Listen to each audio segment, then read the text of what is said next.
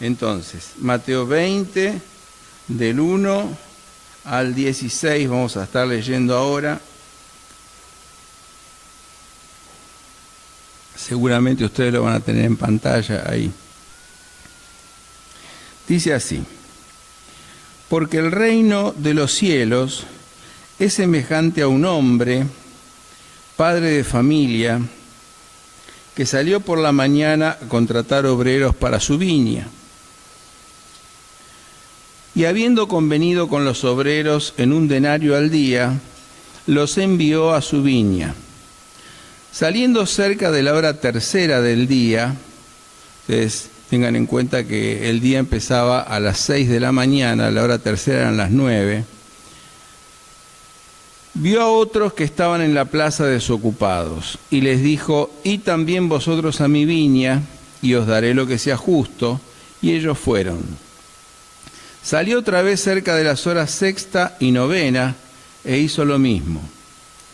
Y saliendo cerca de la hora 11, la hora sexta eran las 12 del mediodía, y la novena a las 3 de la tarde, el día de trabajo terminaba a las 6 de la tarde, ¿no?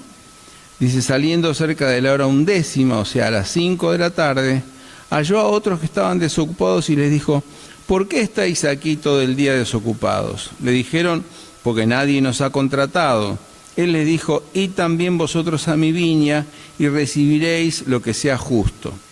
Cuando llegó la noche, el señor de la viña dijo a su mayordomo: llama a los obreros y págales el jornal, comenzando desde los postreros hasta los primeros. Y al venir los que habían ido cerca de la hora 11, 5 de la tarde, recibieron cada uno 1 denario, que era el denario, era lo que se pagaba por un día de trabajo, ¿no es cierto? Y al venir también los primeros pensaron que habían de recibir más, pero también ellos recibieron cada uno 1 denario. Y al recibirlo murmuraban contra el padre de familia, diciendo: estos postreros han trabajado 1 sola hora y los has hecho iguales a nosotros, que hemos soportado la carga y el calor del día. Él, respondiendo, dijo a uno de ellos: amigo, no te hago agravio. ¿No conviniste conmigo en 1 denario? Toma lo que es tuyo y vete, pero quiero dar a este postrero como a ti. ¿No me es lícito hacer lo que quiero con lo mío? ¿O tú tienes envidia porque yo soy bueno? Así los primeros serán postreros y los postreros primeros, porque muchos son llamados, mas pocos escogidos. Bien, una parábola interesante, ¿no es cierto?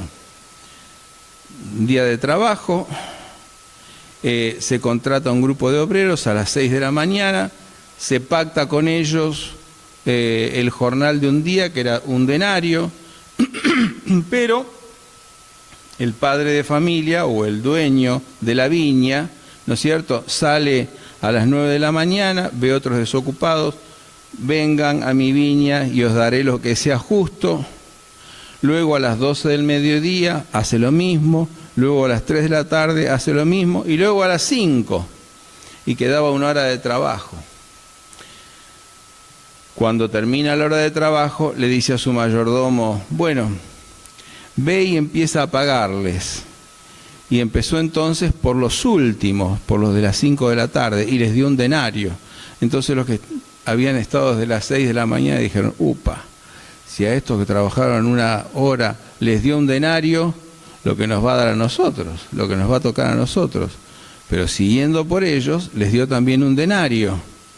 Y entonces ellos empezaron a protestar y a murmurar, diciendo: pero ¿cómo? Nosotros que soportamos la carga y el calor del día, recibimos lo mismo que estos que trabajaron 1 hora. ¿No es cierto? Y entonces el padre de familia o el dueño de la viña le dice: amigo, ¿no conviniste conmigo en 1 denario? Bueno, toma lo que es tuyo y vete. Ahora, ¿tienes envidia porque yo soy bueno y le doy a esto más de lo que quizás merecían? Entonces, viene aquí la la conclusión, ¿no es cierto? Los primeros serán postreros y los postreros primeros. Nos sorprende esta parábola de Jesús, ¿no? ¿No les resulta rara? ¿No les genera preguntas, interrogantes? Yo creo que sí, que nos genera preguntas, nos genera interrogantes, nos parece un poco rara. Piensen un poco si aplicáramos esto al mundo laboral de hoy, ¿no? Entonces aparece un anuncio. El dueño de tal compañía paga 1 hora de trabajo lo mismo que si trabajara 12 horas. ¿Qué pasaría? Bueno, en primer lugar habría colas de personas, currículums que no se podrían ni leer, el quiebre de muchos establecimientos, en este caso vitivinícolas, ¿no es cierto? Caída abrupta de las reservas porque los dueños de las empresas no podrían pagar impuestos, ¿no? En fin, lo que ocurriría sería una catástrofe económica. Entonces decimos, ¿qué querrá decir la parábola? ¿Qué querrá decir Jesús en esta parábola? Obviamente seguro que no es un principio de economía, sino una verdad espiritual. Sin embargo, fíjense ustedes que hay algo en el contexto vital de este pasaje que nos hace reflexionar un poco. Ustedes saben que el Nuevo Testamento fue escrito en épocas de Herodes. Herodes, a quien Jesús le dijo zorra. Es decir, Jesús no lo trató muy bien a Herodes, ¿no? Porque Herodes, desde el año 40, el padre, el viejo Herodes, ¿no es cierto?, había tenido un gobierno realmente corrupto, nefasto. Y sus herederos lo mismo. Un gobierno corrupto, un gobierno nefasto. Entonces, ¿qué pasaba? Estamos pensando en una Palestina que era básicamente rural, ¿no? Donde había pequeños campos, donde vivían las familias, donde se asentaban las familias. Por la falta de lluvia tan común en el lugar y demás, las cosechas muchas veces no prosperaban. Entonces, si no prosperaban las cosechas, ¿qué hacían? Los padres de familia pedían préstamos. Y por supuesto, todos los acólitos, ¿no? Todo el cortejo de servidores de Herodes estaban dispuestos a dar préstamos, pero a tasas usurarias, ¿no? Luego entonces estos pobres no podían pagar esos préstamos.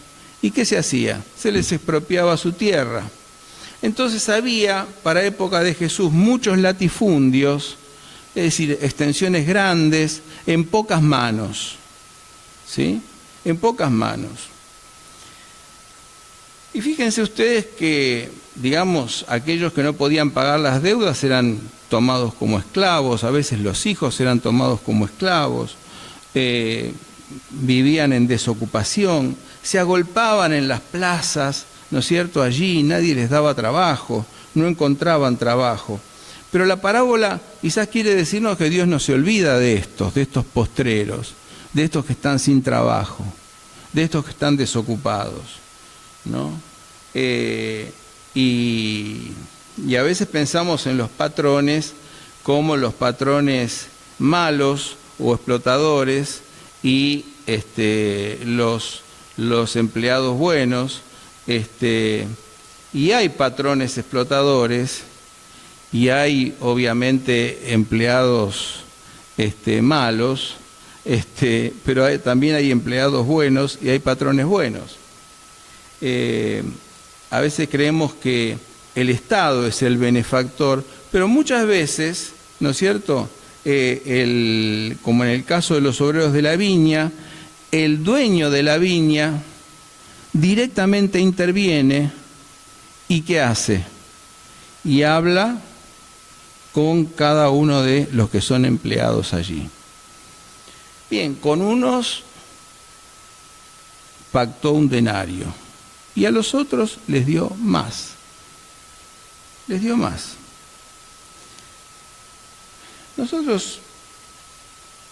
Yo tengo ejemplos, por ejemplo, de patrones buenos. No sé si alguno de ustedes habrá conocido las sábanas o estos productos textiles de la fábrica Danubio. Se llama así, Danubio, ¿no?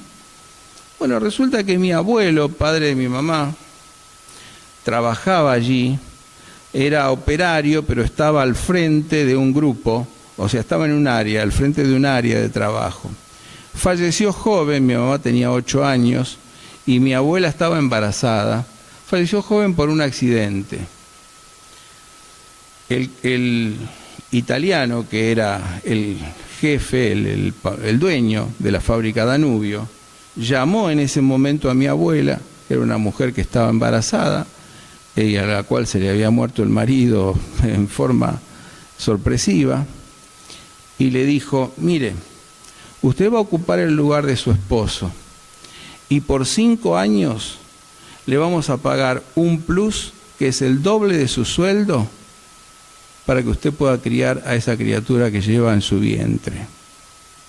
¿Qué nos quiere decir esto? Que hay de todo.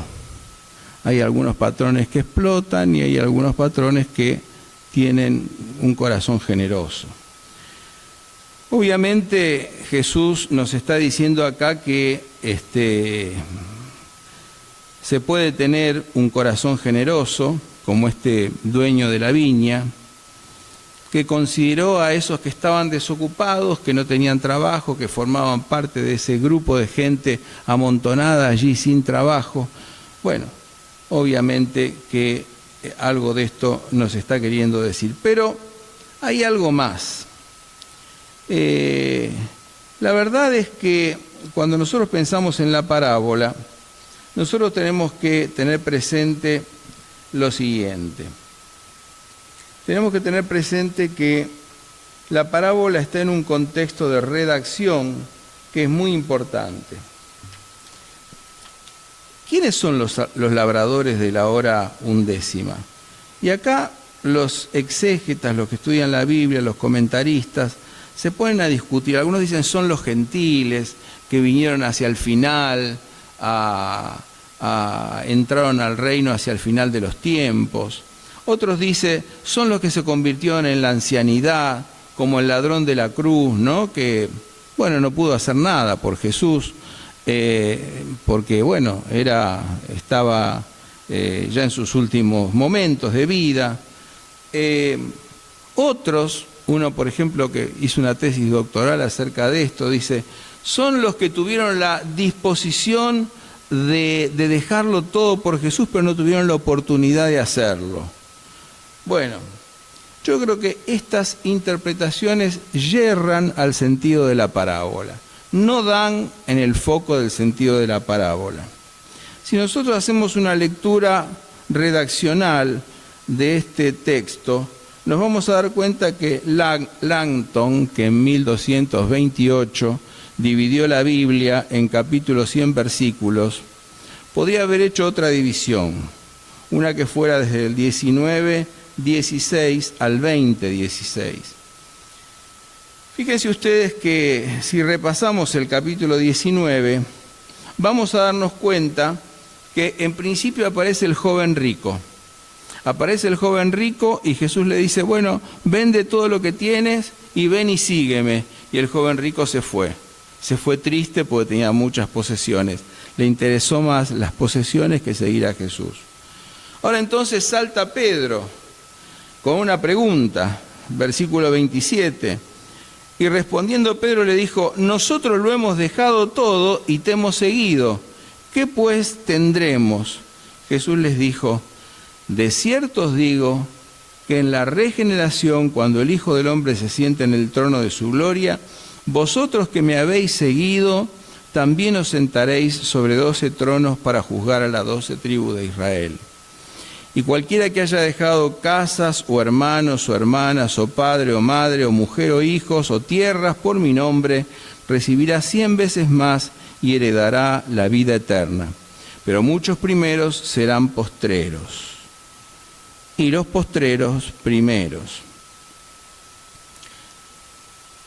A ver, el joven rico no quiso hacer lo que Jesús le decía. Pedro dice, pero nosotros lo hicimos. Este joven rico no lo quiso hacer, pero nosotros sí. Lo dejamos todo para seguirte. ¿Qué vamos a tener? ¿Cuál es la recompensa que vamos a tener? Los seres humanos estamos muy interesados en las recompensas, ¿no? Y ahí está el problema. Ahora Jesús primero tiene una respuesta condescendiente. Condesciende, ¿no? Dice, en la palingenesía, en la regeneración, quiere decir, en la generación de todas las cosas, la palabra palin significa todas, en la nueva generación de todas las cosas, ustedes se sentarán sobre 12 tronos para juzgar a las 12 tribus. Está hablando de lo escatológico, ¿no? Dice, pero aquí, dice, cualquiera que haya dejado casa, su hermano, su hermana, su padre o madre, o mujer o hijos, por mi nombre recibirá 100 veces más y heredará la vida eterna. ¿Y cómo recibimos 100 veces más nosotros cuando dejamos padre, madre, hermanos o hermanas para seguir a Jesús? ¿Cómo? A ver, ¿qué dicen ustedes? ¿De qué manera? Es que quien sigue a Jesús, ¿no? Si es hijo, tiene quizás 100 madres en la iglesia. O 100 padres en la iglesia. Si es padre o madre, quizás tiene 100 hijos en la iglesia. Yo en 43 años de pastor no sé a cuántas hermanos o hermanas alojé en mi casa. Perdí la cuenta totalmente. Y yo creo que si cualquiera de nosotros necesitara algo, la casa de uno es la casa de todos, ¿no? Ustedes fíjense qué interesante que en el libro de los Hechos de los Apóstoles se cuenta lo que pasaba en la iglesia primitiva. Y era maravilloso lo que pasaba en la iglesia primitiva, porque dice el capítulo 4 que nadie decía ser suyo propio nada de lo que poseía. Miren qué interesante. Lo que nosotros tenemos no es nuestro, es de todos. Y es de Dios, es por sobre todas las cosas de Dios. Si es de Dios, es de la iglesia de Dios también, ¿no? Entonces, por eso no había ningún necesitado entre ellos. En nuestra iglesia y en ninguna iglesia debe haber necesitados. ¿Por qué? Está la iglesia. Entonces, cualquiera que me siga recibirá 100 veces más y recibirá además la vida eterna. La palabra vida eterna que significa la vida después de la muerte. No en todas partes del Evangelio la palabra vida eterna significa lo mismo. Es comunión con el Eterno. Juan dice, la vida eterna empieza ahora, ¿sí? El que cree en Jesús ya tiene vida eterna. Otras veces se toma vida eterna como la vida venidera. Bien. Entonces, mientras el joven rico tenía miedo de perder sus posesiones, sin embargo, Pedro remarca que ellos lo han dejado todo para seguirlo y pregunta, ¿y entonces qué tenemos nosotros? ¿Qué vamos a tener nosotros? Está muy interesado por este tema, ¿no? Ahora, fíjense ustedes, Jesús, después de darle esta respuesta, de que va a haber una recompensa, Jesús les dice, pero, cuidado, muchos primeros serán postreros y los postreros primeros. Porque, le tenemos que prestar atención, ¿no? Al adversativo, pero, y luego entonces la fundamentación, porque. ¿Por qué? ¿Por qué muchos primeros serán postreros y los postreros primeros. Porque el reino de los cielos es semejante a esta parábola que él acaba de contar, que él acaba de decir. Y fíjense ustedes entonces, la pregunta de Pedro contiene un gran peligro, y el peligro es real. Por eso ese peligro debe ser aclarado a través de la parábola. ¿A quién va dirigida la parábola? A todos los seguidores de Jesús, sean pobres, sean ricos, sean quienes fueren, va dirigida a todos nosotros, a todos los que seguimos a Jesús, que casi sin quererlo hacemos preguntas peligrosas y nos desviamos del camino, ¿no es cierto? Entonces, ¿qué enseña Jesús en la parábola? Enseña lo que significa trabajar en la viña del Señor, en el reino de Dios. Porque la clave hermenéutica para interpretar este texto es la palabra viña, viña del Señor. Aparece en Isaías 5, aparece en Jeremías, aparece en el Nuevo Testamento. Si vamos a un diccionario bíblico o a cualquier libro de estudio, vamos a darnos cuenta que la palabra viña es esa esfera en la cual la gracia de Dios predomina. O sea, la palabra viña es el reino de Dios, en definitiva. Ahora entonces, veamos a la luz de la parábola lo que significa trabajar en la viña del Señor. Y en primer lugar decimos que trabajar en la viña del Señor es un privilegio.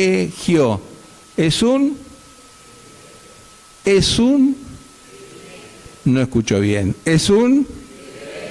Bien. Trabajar en la viña del Señor es un privilegio. Les digo esto porque hoy mi mujer me dijo que no habían quedado bien aclarados los puntos. Creo que el primer punto es este. Trabajar en la viña del Señor es un privilegio, y no una ley. Es un privilegio de la gracia de Dios y no una ley, ¿sí? El joven rico dice, ¿qué haré para heredar la vida eterna? Pedro pregunta, ¿y nosotros nosotros dejamos todo, ¿y qué vamos a tener? Los trabajadores de la primera hora, cuando reciben lo mismo que los de la última hora, empiezan a protestar. ¿Pero cómo? Nosotros que trabajamos más, nosotros que... Y entonces ahí está el problema. Trabajar en la viña del Señor es un privilegio. ¿Quién es más bendecido? ¿El que trabaja para el reino de Dios desde temprana edad o el que trabaja en el reino de Dios, a los 60 años? ¿Qué les parece a ustedes? Porque trabajar en el reino de Dios es un privilegio, ¿sí? Entonces, cuando dejamos de ver el privilegio que implica trabajar en la viña del Señor y nos empezamos a centrar en lo que dejamos, en las cosas que quedaron atrás, en lo que no pudimos hacer, ¿no es cierto? Y perdemos de vista que trabajar en la viña del Señor es un privilegio, entonces estamos errando el camino, empezamos a sentir una insatisfacción interna, miramos a los demás con un ojo malo, etcétera, etcétera. Cuando estamos desde temprano en la viña del Señor, deberíamos tener un sentir de gratitud. Gratitud. Y nosotros no debemos amar los ideales de iglesia, sino debemos amar a la iglesia de carne y hueso en la cual estamos, en la cual Dios nos colocó. Vos amás tu ideal de iglesia porque pensás que la iglesia tiene que ser como vos pensás, tiene que ser así, de la otra manera. La iglesia es como es. Y Dios te dio el privilegio de estar en la iglesia, ¿sí? Y así tenemos que amarla. Así tenemos que amarla. y agradecer a Dios ese privilegio de haber entrado, de tener hermanos y hermanas que nos acompañan en este camino, de formar parte de una familia. Porque en la viña del Señor no es así como que se soporta la carga y el calor del día, porque aún la carga y el calor del día se convierte en bendición. ¿Por qué? Porque son oportunidades para crecer espiritualmente a la imagen del Señor Jesucristo. Esos momentos de adversidad, esos momentos de dificultad, son oportunidades de Dios para crecer a la imagen de Jesús. Los trabajadores de la primera hora no están simplemente cumpliendo una ley laboral, o no deberían sentir que están simplemente cumpliendo una ley laboral, sino están disfrutando de la gracia de servir a Dios y de servir al prójimo. Es una gracia, es un privilegio. Si lo hubieran visto así, se hubiesen compadecido de los que estaban afuera. Hubieran dicho: nosotros estamos acá trabajando, gracias a Dios, pero ¿cuántos hay en la plaza? Amuchados, esperando, y nadie se les arrima para emplearlos. ¿Qué tendrá que hacer la iglesia con los desocupados? ¿Qué tendremos que hacer, no? ¿Qué tendremos que hacer? Hay una marcada diferencia entre trabajar a reglamento y trabajar en el reino de Dios, como respuesta al amor y a la gracia de Dios. Porque esto último, trabajar de esta manera, es vocación, es entrega y es servicio. Entonces Jesús defiende la libre gracia de Dios, su bondad, su generosidad. Y les dice: yo pacté con ustedes en esto. Un empleador siempre debe pagar puntualmente lo que ha prometido. Pero a la vez, él con lo que es suyo quiere beneficiar al desocupado, al que está en una situación paupérrima y aún al que trabajó una sola hora porque nadie lo empleó antes, ¿no? Entonces, porque Dios es generoso, nosotros no tenemos que estar envidiosos. Eso enseña la parábola. El envidioso protesta, critica, así como los fariseos criticaban a Jesús porque se sentaba a comer con los publicanos y con los pecadores. Pero la viña del Señor es la esfera de la gracia de Dios, donde estar y trabajar es un privilegio inmerecido. Segunda cosa, trabajar en la viña del Señor significa un acto de obediencia, de fe, y no una negociación. Es fe, es confianza y no negociación. Miren, los obreros de la primera hora, ¿qué hicieron? Negociaron, ¿sí? Bueno, un día de trabajo, un denario. Los otros, los de las 9 de la mañana, vayan y os daré lo que sea justo. Se confían en la justicia del empleador. No pactan nada, no negocian nada. Los de las 12 lo mismo. Vayan y os daré lo que sea justo. Van. Los de las 3 de la tarde lo mismo. Y de las 5 de la tarde habrán dicho: pero falta una hora para que termine. No. Vayan y os daré lo que sea justo. Y van, y trabajan. Una hora, pero trabajan. Quizá el negociador estaría calculando. A ver, es fácil, es una proporción. Si este que trabajó 12 horas cobra un denario, yo voy a cobrar 75 décimas de denario. Y el que trabajó una hora va a cobrar menos de 85 centésimas de denario. Nada. No pasó eso. Pasó que las cosas fueron distintas. Nada de estos cálculos aparecen en la parábola. Os daré lo que sea justo. Vos no tenés que negociar con Dios. Yo no tengo que negociar con Dios. No tenemos que negociar con Dios. Os daré lo que sea justo, y fueron sin preguntas, sin pretensiones, con confianza hacia el dueño de la viña. El rico confía en Dios porque sabe que de Dios recibe todo. El pobre confía en Dios porque sabe que de Dios va a recibir todo. Cuando dejamos de mirar al Señor y al prójimo y empezamos a mirar lo que hicimos, lo que dejamos de hacer, etc., nos apartamos de la voluntad de Dios y el alma comienza a corromperse. Y allí viene la insatisfacción, la envidia, los reclamos, las comparaciones. Allí la fe en que Él nos da y nos dará lo que sea justo comienza a desvanecerse. En una oportunidad me tocó ir a una iglesia a predicar, de estas iglesias que son mega iglesias, ¿no? Que van miles de personas ahí a los cultos. Entonces, experimenté un fenómeno raro. Yo estaba predicando y mientras predicaba yo vi que había adelante una especie de mueble con casilleritos pequeños.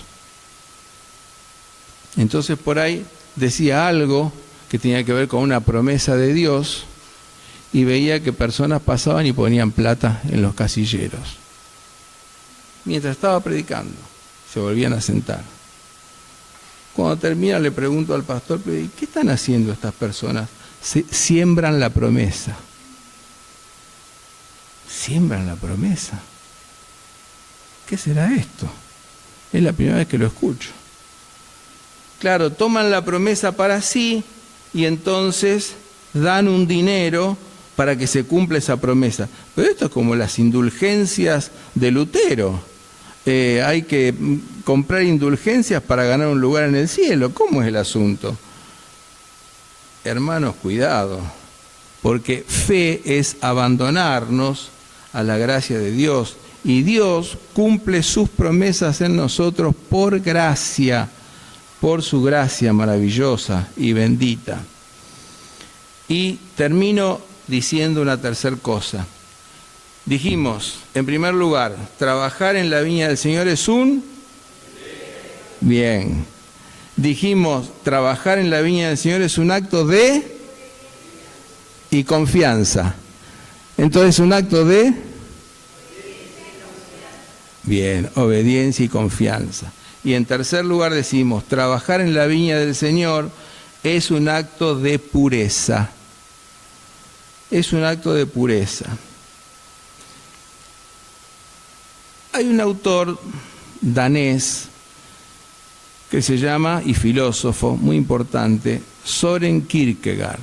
Søren Kierkegaard escribió un librito, entre las tantas cosas que escribió, que se llama La pureza del corazón. Y allí en la pureza del corazón él dice, ser puro de corazón es querer hacer una sola cosa.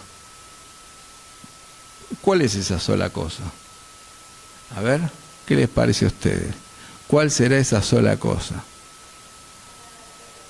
Muy bien, muy bien. Hacer la voluntad de Dios, agradar a Dios.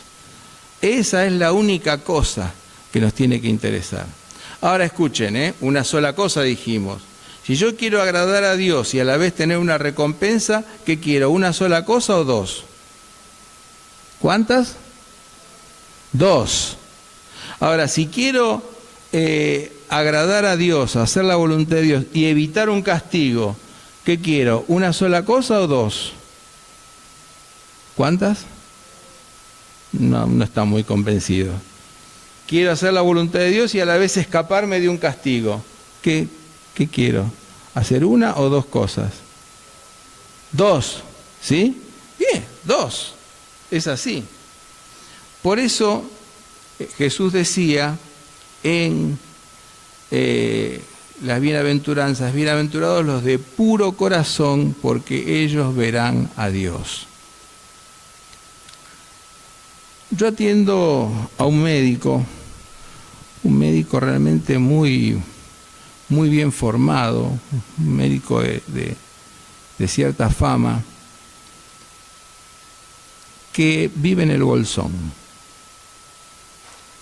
Y el médico, bueno, es amigo de algunos pastores allí, qué sé yo. Entonces se acercó a un grupo de pastores que estaban hablando y les dice: ustedes tienen que tener cuidado, le dice él a los pastores, porque están invitando a las personas por miedo al infierno o a través de la teología de la prosperidad para tener recompensas materiales. Y se armó un revuelo entre los pastores que empezaron: no, porque esto y que el otro y que aquello y demás allá. Bueno,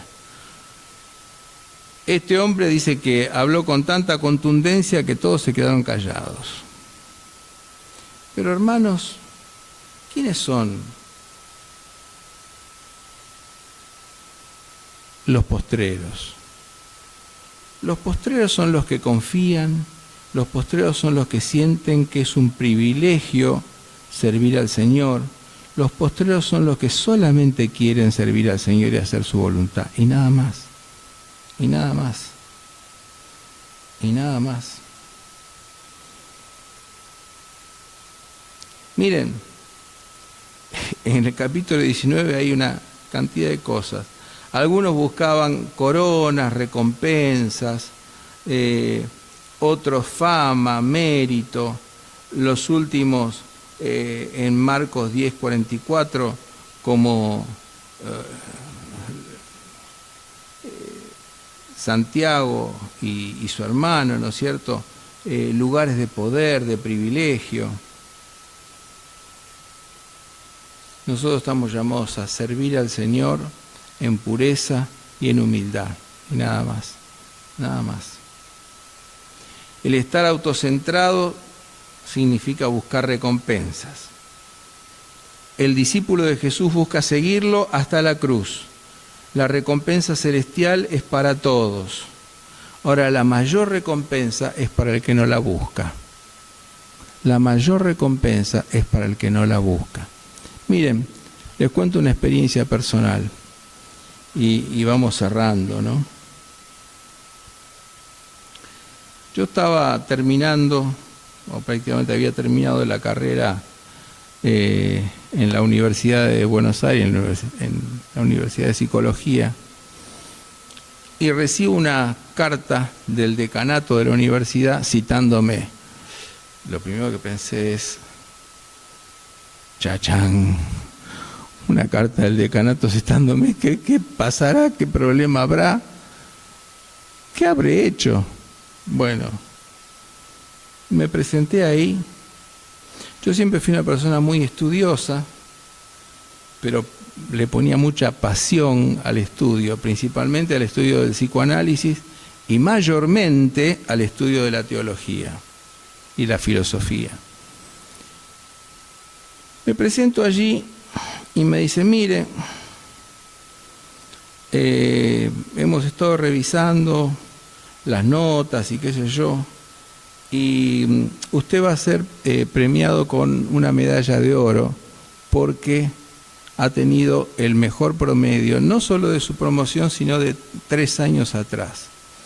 Va a haber una importante celebración en el Hotel de los Dos Chinos y usted va a recibir este premio.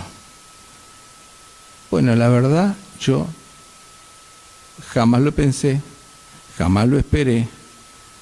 Solamente estudiaba y me presentaba a dar un examen como quien daba una cátedra. La verdad es esa. Y así fue. Me acuerdo que Lucas tendría 2 años y Nati tendría 6. Y bueno, y ahí tengo todavía la foto de ellos dos conmigo en el Hotel Los Dos Chinos. Pero hermanos, cuanto menos buscamos las cosas, nosotros tenemos que actuar con pasión por lo que hacemos. Con pasión por lo que hacemos. La recompensa vendrá después, según la voluntad de Dios. Según la voluntad de Dios. Cuando el pastor actual de la iglesia me lo permita, quiero hacer un sermón solamente basado en el testimonio de mi vida. Y quiero dar un testimonio de estos grandes trazos en mi vida, pues ya estoy cerca de los 70, entonces me gustaría decir algunas cosas que creo que van a ayudar a muchas personas. Jesús dice: no sepa tu derecha lo que hace tu izquierda. Eso quiere decir tus buenas obras que pasen desapercibidas para vos mismo. Jesús se dio por nosotros sin medida. Nos amó y nos amó hasta el fin. Nos llama a su viña y estar en su viña es un privilegio, es un acto de confianza y es un acto de pureza de corazón. Y así nosotros trabajamos en la viña del Señor. Porque detrás de toda nuestra vida, se yergue la cruz de Cristo. Se yergue la cruz de Cristo. Se yerguen los brazos de Jesús abiertos para recibir a todos. Los brazos de Jesús abiertos para recibir a todos. Y algo que yo hice mío, después de tantas lecturas que he hecho, es un poema que dice así: no me mueve mi Dios para quererte el cielo que me tienes prometido, ni me mueve el infierno tan temido para dejar por eso de ofenderte. Muéveme tú, Señor, muéveme el verte clavado en una cruz y escarnecido. Muéveme tus afrentas y tu muerte. Muéveme tú, Señor, al fin, y en tal manera que aunque no hubiera cielo, yo te amara, y aunque no hubiera infierno, te temiera. Nos mueve el Señor Jesús. ¿Qué nos mueve? Nos mueve el Señor Jesús. Amamos al Señor Jesús. Él es el alfa y Él es la omega.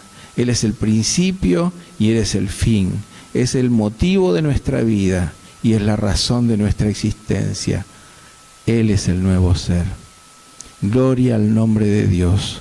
Gloria al Padre, al Hijo y al Espíritu Santo. Gloria al Señor Jesucristo. Amén. Amén. Vamos a orar. Señor, pedimos humildemente en esta hora que podamos trabajar en tu viña de esta manera, sintiéndolo como un gran privilegio y una gran alegría, con plena confianza en ti, Señor, y con pureza de corazón, queriendo solamente hacer tu voluntad. Porque tú te diste sin medida por nosotros, y nosotros solamente te amamos porque vos nos amaste primero. Gracias por tanto amor, gracias por tanto amor. En el nombre de Jesús, amén. Gloria a Dios.